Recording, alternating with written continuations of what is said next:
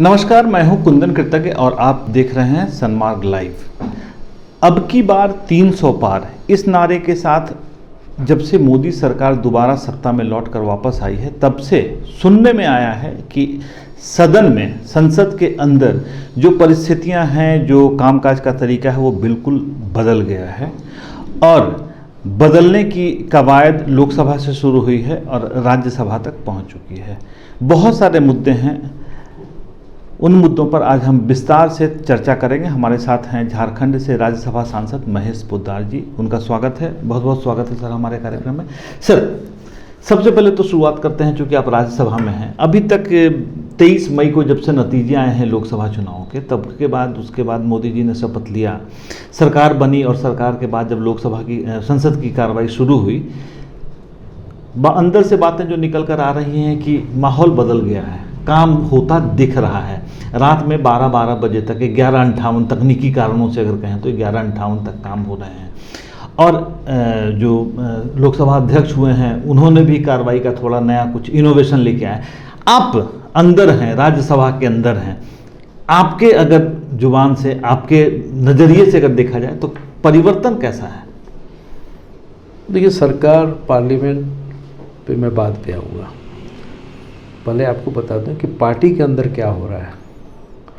क्योंकि जीत पार्टी की हुई है, एनडीए की हुई है, और मैं व्यापारिक पृष्ठभूमि से आता हूं, तो हम लोगों के व्यापारिक जीवन में कई एक बार बहुत अचानक बहुत सफलता मिलती है, तो ऐसा नहीं होता है कि मालिक दूसरे दिन दुकान बंद करके छुट्टी पे चला जाता है। तो मैं आपको बताऊं कि ये मैंने पहली बार पॉलिटिकल पार्टी में देखा कि 23 तारीख के बाद में 24-25 से कार्यक्रम बनने लग गए, एजेंडा बनने लग गए, सदस्यता अभियान, ये सब बहुत सारी चीज़ें, दायित्व तो मिलने लग गया, लोग टूर पे जाने लग गए, और हमारे अध्यक्ष जी ने भी एक दिन का विश्राम नहीं लिया। ये मैं आपको बताना चाहता हूँ। और ये सब उदाहरण हैं जो हम जैसे नए सांसदों को सीखने का, कि आज के समय में पॉलिटिकल लोग भी कितने प्रोफेशनलाइज हो गए, कितने कमिटेड हो गए हैं अपने उपलब्धियों के बारे में, अपने लक्ष्य के बारे में। तो स्वाभाविक है, जब पार्टी की जीत होती है, फिर पार्लियामेंट में उनकी मेजॉरिटी बनती है, सरकार बनती है, तो उनका दायित्व भी बढ़ता है। और पर्टिकुलरली जब आप दोबारा आए हैं तो बहुत जिम्मेवारी के साथ में, और लोगों की अपेक्षाओं जो आधी अधूरी रह गई हैं उनको पूरा करने का दायित्व आपके पास में होता है। तो सब कुछ बदला बदला सा है, उत्साह है, खुश हैं, लेकिन कॉम्प्लिसेंसी नहीं है। ये नहीं है कि अच्छा ठीक है अब तो जीत ही गए, अब देखा जाएगा, ऐसा नहीं है। अगर ऐसी फीलिंग है कि इस 5 साल में, अगले 5 साल में हम क्या कुछ जल्दी से जल्दी कर लें। क्योंकि बहुत सारे संसद के काम, पार्लियामेंट्री वर्क पिछले दिनों नहीं हुए, और हम लोगों को भी बुरा लगता था। रोज़ हम तैयार होके जाते थे और हाउस नहीं चलता था, वापस चले आते थे, देश को भी बुरा लगता था। As the matter of fact हम लोगों को कई बार ऐसा लगता था कि हम लोग ये जो सैलरी या सुविधाएं ले रहे हैं पार्लियामेंट की, इसे छोड़ देनी चाहिए जिस दिन हमारा सदन नहीं चले। इस तरह की चर्चा चली थी। अंतरात्मा में कहीं ना कहीं अंतरात्मा में दुखी थे लोग, और मैं ये कहूँगा कि सारे लोग दुखी थे, केवल बीजेपी के लोग नहीं, सारी पार्टियों के लोग दुखी थे। जो लोग इंटरप्ट कर रहे थे वो भी दुखी थे, उनसे भी ऐसा नहीं है कि वो भी एक जिम्मेवार लोग हैं, वो भी दुखी थे। इस बार वैसा कुछ नहीं है, और इस बार चूँकि लोकसभा में सब कुछ स्मूथली चल रहा है, राज्यसभा में भी जबकि हम मेजॉरिटी में नहीं हैं, फिर भी ओपोजिशन वाले भी अपेक्षाकृत, मैं ये कहूँ कि काफ़ी जिम्मेवारी से हर डिबेट में भाग ले रहे हैं। यहाँ पे भी देरी रात तक, 8 बजे 9 बजे रात तक बहस चलना, ये तय हो जाता है कि आज ये बिल आया है तो इसको आज पास करना है, चाहे जितनी भी बहस हो, और सबको बोलने का मौका मिल रहा है। ये राज्यसभा में भी ये देख रहा हूँ। लोकसभा में तो आपने ठीक ही कहा कि वहाँ के स्पीकर ने एक प्रायोरिटी पे महिलाओं को विशेषकर और नए सांसदों को बोलने की खुली छूट दी है। इसके पीछे एक सोच और भी है कि आपके जो वोटर हैं वो आपसे अपेक्षा करते हैं कि संसद में आप कुछ बोलिए। वो दिन भाई साहब लद गए, जबकि लोग 5-5 साल बिता लेते थे संसद में मुंह खोले बिना। मुंह खोलते नहीं थे। अब वो दिन लद गए, और वैसा सही है कि उनको मौका भी चुन चुन करके उनको बोलना चाहिए कि आपको बोलना है। ये अब प्रवृत्ति बढ़ी है संसद के पार्लियामेंट्री पार्टी के अंदर भी और बाहर भी, ये अच्छी बात है। तो लोकसभा राज्यसभा मतलब कह लें कि संसद के अंदर जो प्रवृत्ति बदली है, और जिस तरीके से एक सुधारवादी, हम कह लें कि सुधारवादी कदम की तरफ आप भी मान रहे हैं, जिम्मेवार कह सकते हैं, जिम्मेवारी के साथ लोग आगे बढ़ रहे हैं। और लिहाजा एक आपने सबसे अच्छी बात कह दी क्या कि केवल भाजपा ही नहीं, ऑपोजिशन विपक्ष के सांसदों के अंदर भी वो इनिशिएटिव देखने को मिल रहा है। बिल्कुल है सर, 2015 नवंबर सन 2000 को झारखंड का निर्माण हुआ, लगभग 19 साल पूरे हो चुके हैं। इसमें पहली बार 5 साल का टर्म रघुवर सरकार या भाजपा सरकार पूरा करेगी, और उसके बाद चुनाव में हम जा रहे हैं। नवंबर दिसंबर में चुनाव प्रस्तावित हैं विधानसभा के। आप चूंकि राज्यसभा के सांसद हैं, तो आप पूरे झारखंड के परिप्रेक्ष्य में अगर हम बात करें, क्या लगता है, क्या आंकेंगे 0 से 10 के अगर पैरामीटर पे हम कहें कि आप अपनी सरकार का आकलन कीजिए, क्योंकि आप यहाँ नहीं बैठे हैं, आप सदन में बैठे हैं। सदन से बहुत सारी योजनाएं यहाँ तक पहुँचती हैं, और ज़्यादातर योजनाएं जो हैं यहाँ पे मुख्यमंत्री ने बढ़िया काम भी किया है। उस लहजे से आप मौजूदा सरकार को कितने अंक देंगे? देखिए, कम से कम 8 तो मैं ज़रूर दूंगा, थोड़ी कंजूसी से भी दूंगा तो 8 तो ज़रूर दूंगा। 2 चीज़ें हुई है इस 5 साल में, केवल झारखंड के संदर्भ में देखें। एक स्थायी सरकार, तो जो पॉलिटिकल सौदेबाजी होती थी उनमें विराम लग गया। कोई ये कह सकता है काम हुआ या ना हुआ, एक अलग मुद्दा है, लेकिन पॉलिटिकल बार्गेनिंग और पॉलिटिकल सिस्टम पे जो प्रश्न चिन्ह लग रहे थे, वो मैं समझता हूँ कि सबसे बड़ी उपलब्धि हमारी वो हुई है कि लोकतंत्र में पॉलिटिकल सिस्टम या विधायिका पे लोगों का विश्वास या उनका मजाक ना उड़ा, ये बहुत बड़ी उपलब्धि है। ये पहली बार हुआ है, और मैं समझता हूँ कि पार्टी हमारी है सरकार में, ये तो खैर हमें खुशी है, तो दायित्व भी है कि हम इस 5 साल में ये स्थायित्व ले आए, और स्थायित्व के कारण से बहुत सारे फायदे हुए। उदाहरण लीजिए कि 5 साल करीब करीब साथ ही साथ केंद्र सरकार भी बनी थी। केंद्र सरकार ने कुछ निश्चित लक्ष्य रखे थे हर राज्यों के लिए, और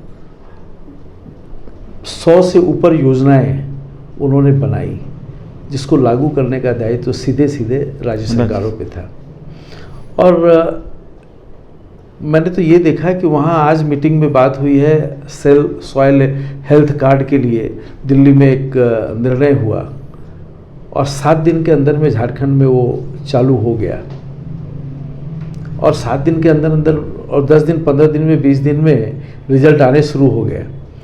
दिल्ली में निर्णय हुआ है LED बल्ब को लागू किया जाएगा, 15 दिन के अंदर अंदर LED बल्ब का वितरण यहाँ पे चालू हो गया, और अपेक्षा से अधिक हमने बल्ब बांटे। तय हुआ गरीबों को एक लिस्ट के अनुसार सिलेंडर देने का, उसमें हम लक्ष्य से आगे बढ़ गए। ये सब बहुत सारी चीज़ें ऐसी हुई कि जिसमें कि केंद्र की योजनाओं को हम 100% यहाँ पे लागू करने में सफल हुए। ये स्थायी सरकार का होने का एक बहुत बड़ा फ़ायदा जनता को मिला।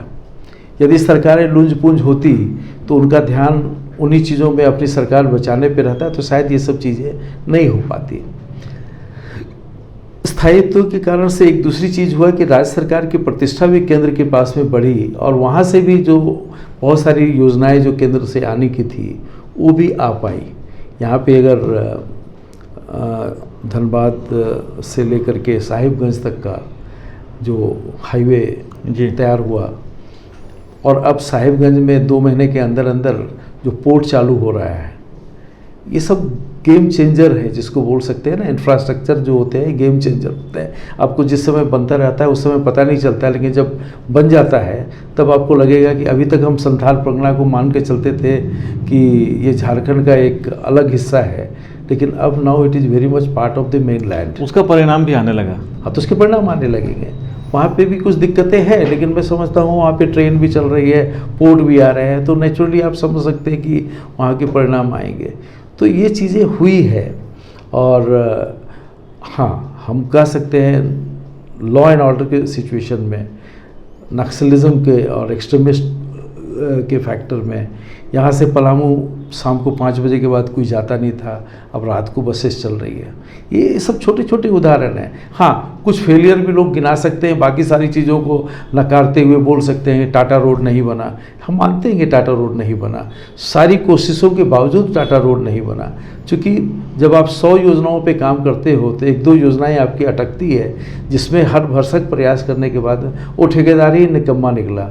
गुमला का बाईपास रोड ठेकेदार ही निकम्मा निकला, लेकिन फिर भी उसके लिए उसको रद्द करना, उसके लिए नया टेंडर करना, ये काम चालू हो गया। तो जो डिले हुआ उसके लिए ज़रूर हम जनता के सामने क्षमा मांगने के अलावा और कुछ नहीं कर सकते, लेकिन इसका मतलब ये नहीं कि हमने गलती की या हमने ढिलाई की। हमने पूरी कोशिश की, लेकिन बाय एंड लार्ज जितनी चीज़ों को हमने छुआ उसमें काम हमने चालू किया, ये बहुत बड़ी उपलब्धि है। तो राज्य सरकार ने जिन योजनाओं पर भी हाथ लगाया, तो ऐसा माना जा सकता है कि 90% से ऊपर की योजनाएं जो हैं वो धरातल पर उतर चुकी हैं। कुछ एक योजनाओं में नाकामी हाथ लगी है। सर, एक बड़ा सवाल ये उठता है कि अभी तक झारखंड से जितने राज्यसभा सांसदों ने राज्यसभा में अपना प्रतिनिधित्व दिया है, उनमें से आपने जो पहले चर्चा की थी कि सुनने में नहीं आता था, सवाल 5-5, 6-6 साल पूरा हो जाता था, इनकी तरफ से झारखंड को लेके कोई समस्या, आपका क्या रहा कंट्रीब्यूशन? क्योंकि ये होता है ना कि साल के आखिरी में या टर्म के आखिरी में वो एक जो स्कोर कार्ड आता है, वो स्कोर कार्ड में चाहूंगा कि आप खुद से हमारे दर्शकों से शेयर करें। मैं समझता हूँ कि मेरा परफॉर्मेंस क्या रहा। ये PRS एक संस्था है जो हर सांसद का एक रिकॉर्ड मेंटेन करती है। उस वेबसाइट पे जाएंगे तो आपको झारखंड के सारे सांसदों का सारा कुछ विवरण मिल जाता है। आप वहाँ जाएंगे तो पाएंगे कि मेरी उपस्थिति संसद में अब तक 3 साल में मात्र 2 दिन मैं अनुपस्थित रहा हूँ। मेरे जितने प्रश्न अब तक उठे हैं 3 साल में, तो किसी भी 3 साल अवधि में शायद किसी सांसद ने उतने प्रश्न नहीं उठे हैं, और मेरे अधिकांश प्रश्न झारखंड से संबंधित रहे हैं। As a matter of fact मुझे कई मंत्रियों ने बोला भी कि भाई आप सांसद के सदस्य हैं या झारखंड के सदस्य हैं। तो मैं उनको यही कहता हूँ, मैं झारखंड का सदस्य हूँ और हूँ पार्लियामेंट में, तो और मैं राज्य का प्रतिनिधित्व करता हूँ, तो स्वाभाविक है कि मैं झारखंड राज्य के बारे में चिंता जरूर करूँगा, इसके बारे में प्रश्न जरूर पूछूंगा।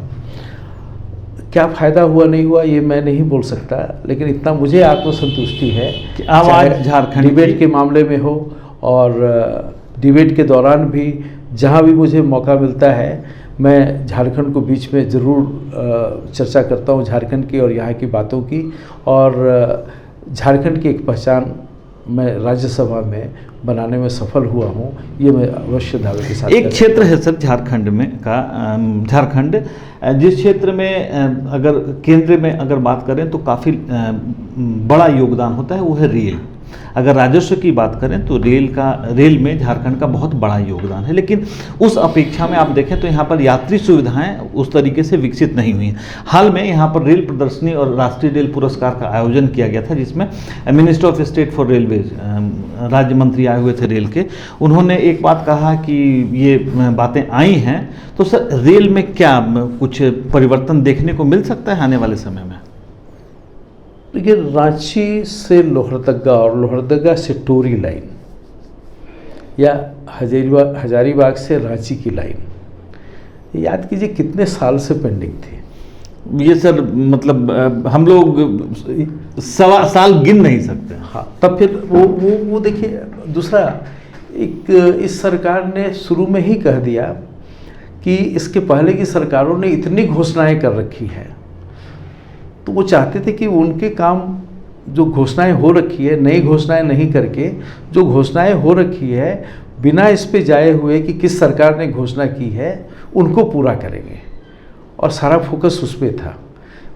इस बात पे वो नहीं गए कि ये कांग्रेस सरकार ने घोषणा की है तो हम इसको नहीं करना, क्योंकि अल्टीमेटली जो भी घोषणाएं हुई है इसी राज्य के, इसी देश के लोगों के लिए घोषणाएं की गई हैं, तो सारा फोकस उस पर था।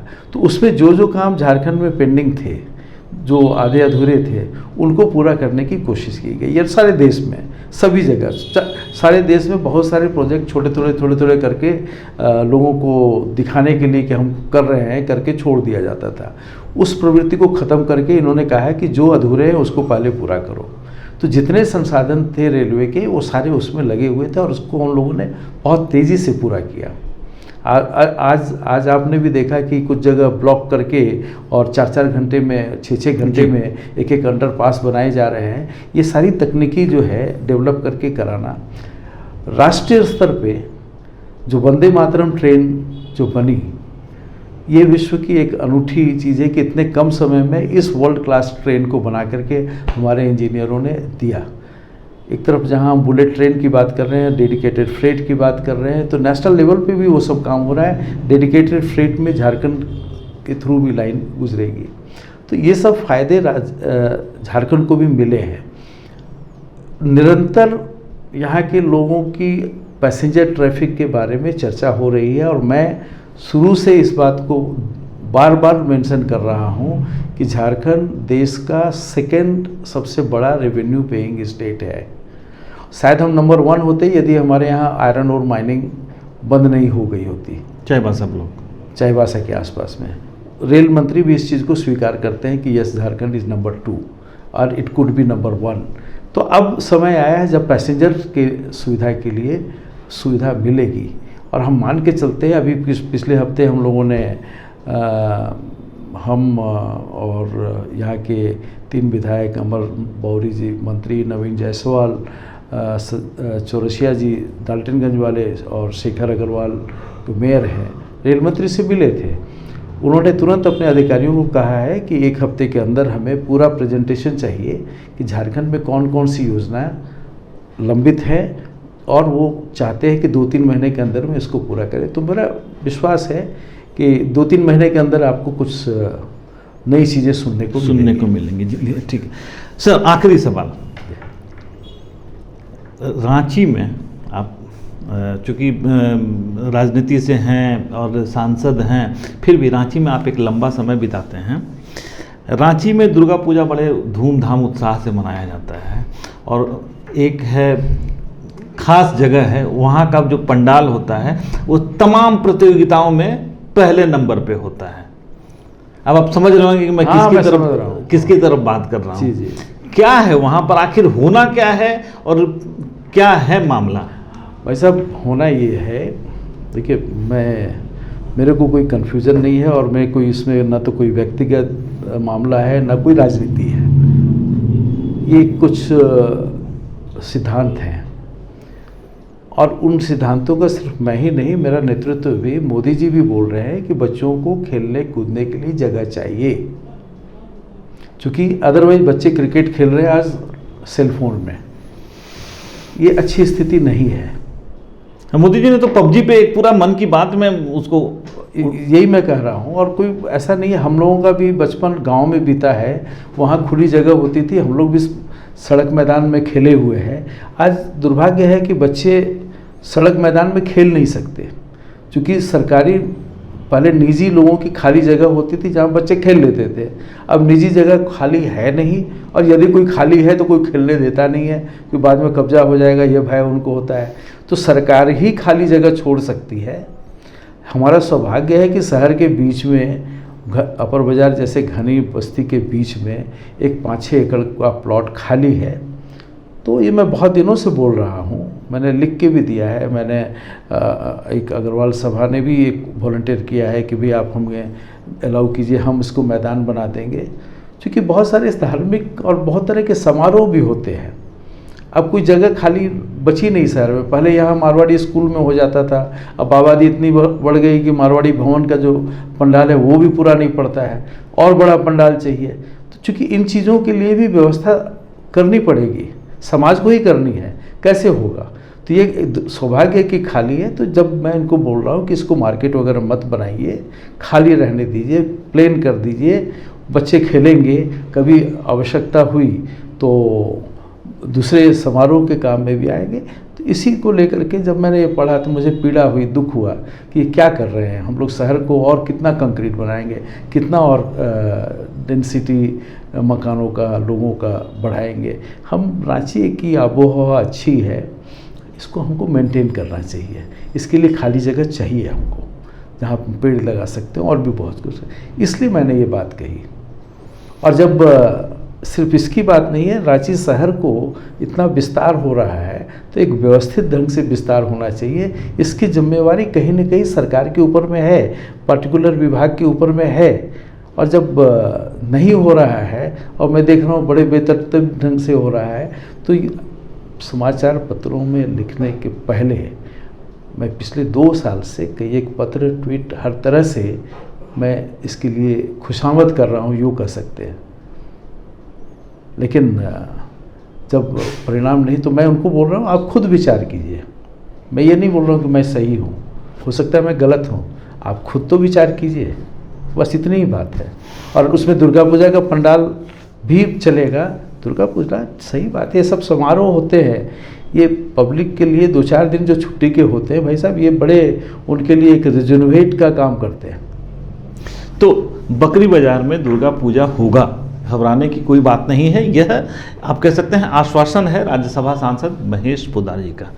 सर बहुत बहुत शुक्रिया, आपने अपना कीमती समय दिया। संसद का सत्र चल रहा है और इस सत्र के बीच में आपने समय निकाला, बहुत बहुत आपका शुक्रिया। तो आज के इस खास मुलाकात में बस इतना ही। अगली बार हम किसी विशेष शख्सियत के साथ फिर आपके साथ होंगे रूबरू। तब तक के लिए हमें दीजिए इजाज़त। नमस्कार।